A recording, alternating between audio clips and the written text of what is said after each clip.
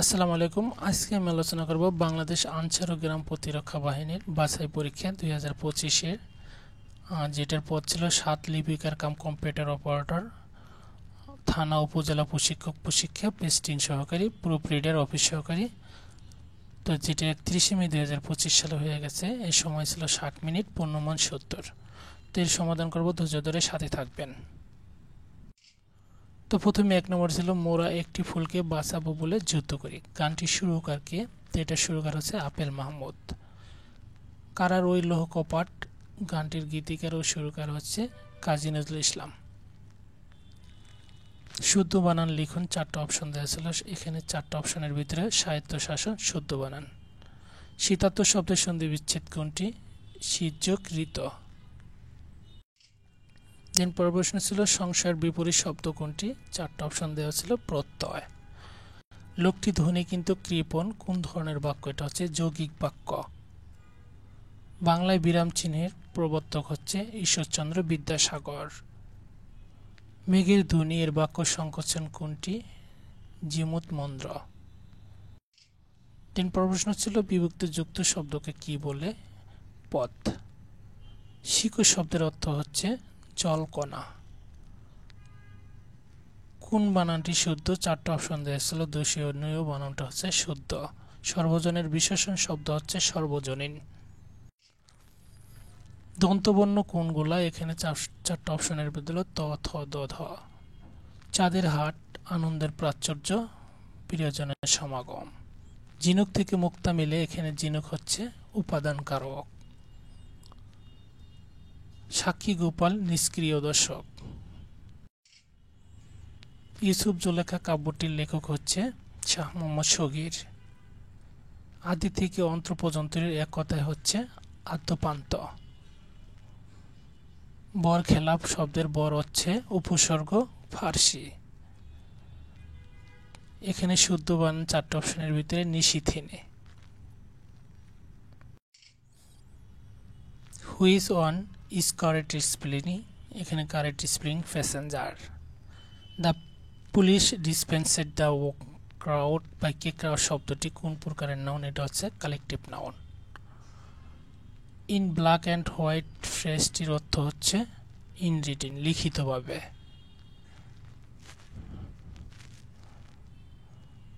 The elected him captain বাক্যে passive form হচ্ছে he was elected captain by them. দিন পরের প্রশ্ন ছিল আনস্টেবল শব্দের সিনোনিম হচ্ছে changeable. Verb of the world new, তো নিউর ভার্ব হচ্ছে renew. What is the adjective form of the world people? পিপলের হচ্ছে adjective form populous. Rahim has just dash music, এটা হবে for.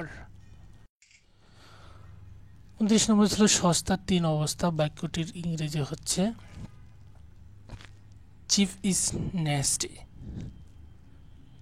He did it, make it interrogative, এটা interrogative করলে হবে did he not do it. A basket of x dash salt, এটা হবে was. The adjective of the world authority, অথরিটির adjective form হচ্ছে authoritative.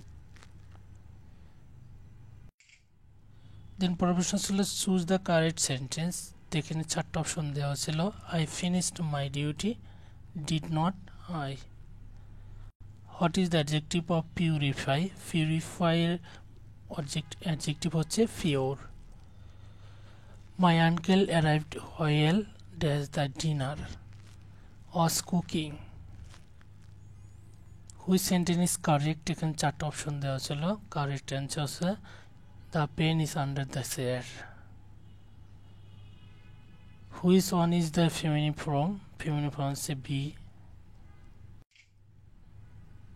July August 2024, a movement was by the students led. Direct to indirect, he said I am tired, he said he was tired. কোনটি দক্ষিণ এশিয়ার স্থলবেষ্টিত দেশ? সেটা হচ্ছে Nepal. S ও D শব্দের পুনরূপ হচ্ছে স্টেজ অফ ডেভেলপমেন্ট।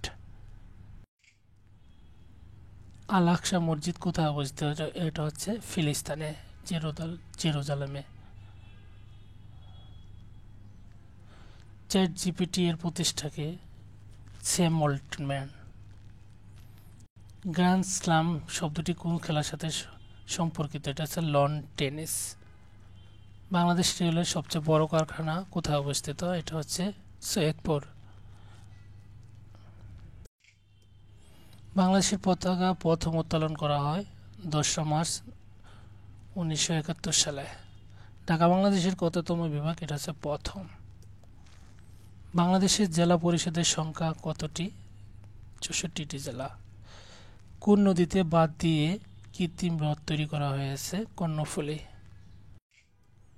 দিন পর প্রশ্ন ছিল টেকসই উন্নয়নের লক্ষ্যমাত্রা কয়টি? 17টি। মুক্তিযুদ্ধের স্মারক শিখা চিরন্তর অবস্থিত, এটা হচ্ছে সৌরাদ্দি উদ্যানে। এইচটিটিপি এর পুনরূপ কি? Hyper text transfer protocol. Baisakhi কোন অঞ্চলের ক্ষুদ্র নৃগোষ্ঠীর উৎসব? এটা হচ্ছে পার্বত্য চট্টগ্রাম। দিন পর প্রশ্ন ছিল উইকিপিডিয়া কি? এটা হচ্ছে একটা মুক্ত বিশ্বকোষ। জোয়ার ভাটার প্রধান কারণ হচ্ছে চাঁদের আকর্ষণ। বাংলাদেশ জাতীয় সংঘের কততম সদস্য? 136তম সদস্য। কোন ভাষার শহীদ বাংলাদেশ আনসার গ্রাম প্রতিরক্ষা বাহিনীর সদস্য ছিলেন? আব্দুল জব্বার। 59 নম্বর ছিল হামাস কোন দেশের সংগঠন? এটা হচ্ছে ফিলিস্তিন।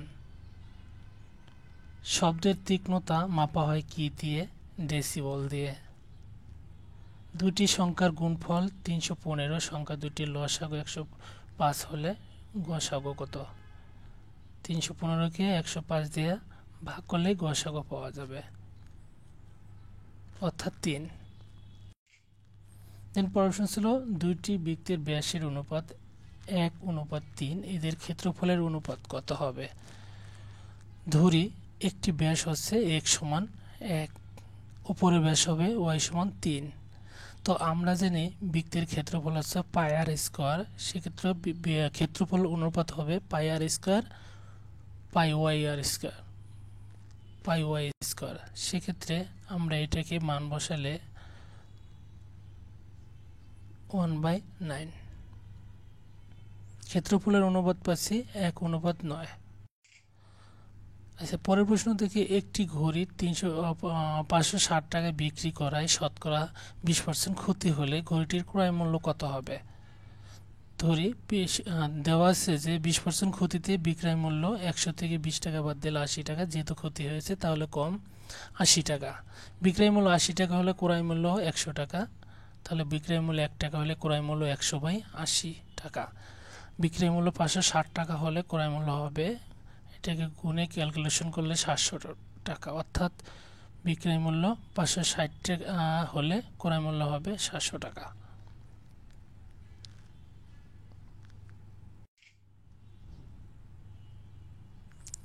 দেন 64 নম্বর ছিল 1 থেকে 100 পর্যন্ত 9 বিশিষ্ট সংখ্যা কয়টি?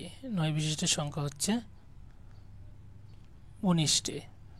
1 থেকে 100 পর্যন্ত 9 বিশিষ্ট সংখ্যা 19টি। 50 ডিগ্রি কোণের পূরক কোণ কত?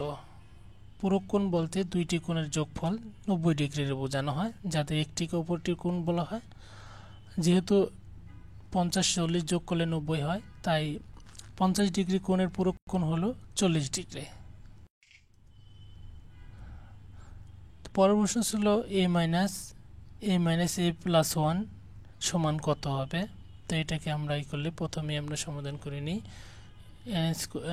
প্রথমে ফার্স্ট ব্র্যাকেটের কাজ করলে a+1, এটাকে মাইনাস প্লাস মাইনাস হয়, তো এটাকে কাজ করলে a+a কাটা যায়, তাহলে -a1, এটাকে মাইনাসে প্লাস করলে a+1, অর্থাৎ এর সমাধান হচ্ছে a+1। দেন পরের প্রশ্ন ছিল 67, যে 15 টাকা 60% সমান কত টাকা? 15 টাকা 60 শতাংশ। এখানে এর কি গুণ বোঝানো হয়েছে, তা ক্যালকুলেশন করার পাচ্ছি 1.05, অর্থাৎ এই প্রশ্নের উত্তর হচ্ছে 1.05। 68 নম্বর ছিল 72-এর ভাজক কয়টি? 72-এর ভাজক হচ্ছে 12টি। 69 নম্বর ছিল দুইটি সংখ্যার অনুপাত 5:8, ছোট সংখ্যাটি 65 হলে বড় সংখ্যাটি কত? তো সমাধান করা যায়। ধরি দুইটি সংখ্যা হলো 5x 8x, দেওয়া আছে ছোট সংখ্যাটি 65 যা 5x এর সমান। তো সত্যমতে আমরা 5x = 65, তে 5 দিয়ে 13কে 65কে ভাগ করলে আছে 13, x এর মান 13, অর্থাৎ x এর মান আমরা বড় 8x কে বসাই দেব। তাহলে 8 × 13 গুণ করলে আছে 104, অর্থাৎ এই প্রশ্নের বড় সংখ্যাটি হচ্ছে 104। 3 নম্বর প্রশ্ন ছিল 12 জন লোক একটি কাজ 9 দিনে করতে পারে, একই কাজ 18 জন লোকের কাজটি করতে কতদিন লাগবে? তাই 12 জন লোকের কাজটি করতে 9 দিন লাগে, একজন লোকের কাজটি করতে গেলে অবশ্যই দিন বেশি লাগবে, সেক্ষেত্রে বেশি লাগলে গুণ করতে হবে। তো 9 দিয়ে 12কে গুণ, পরে 18 জন লোকে যেহেতু কাজটি করবে সেক্ষেত্রে দিন সময় কম লাগবে, তো সেক্ষেত্রে এটাকে ভাগ করতে হবে। উপরের যে গুণফল সেটাকে দিয়ে ভাগ করলে এটা হচ্ছে 6 দিন, অর্থাৎ ক্যালকুলেশন করলে হচ্ছে 6 দিন।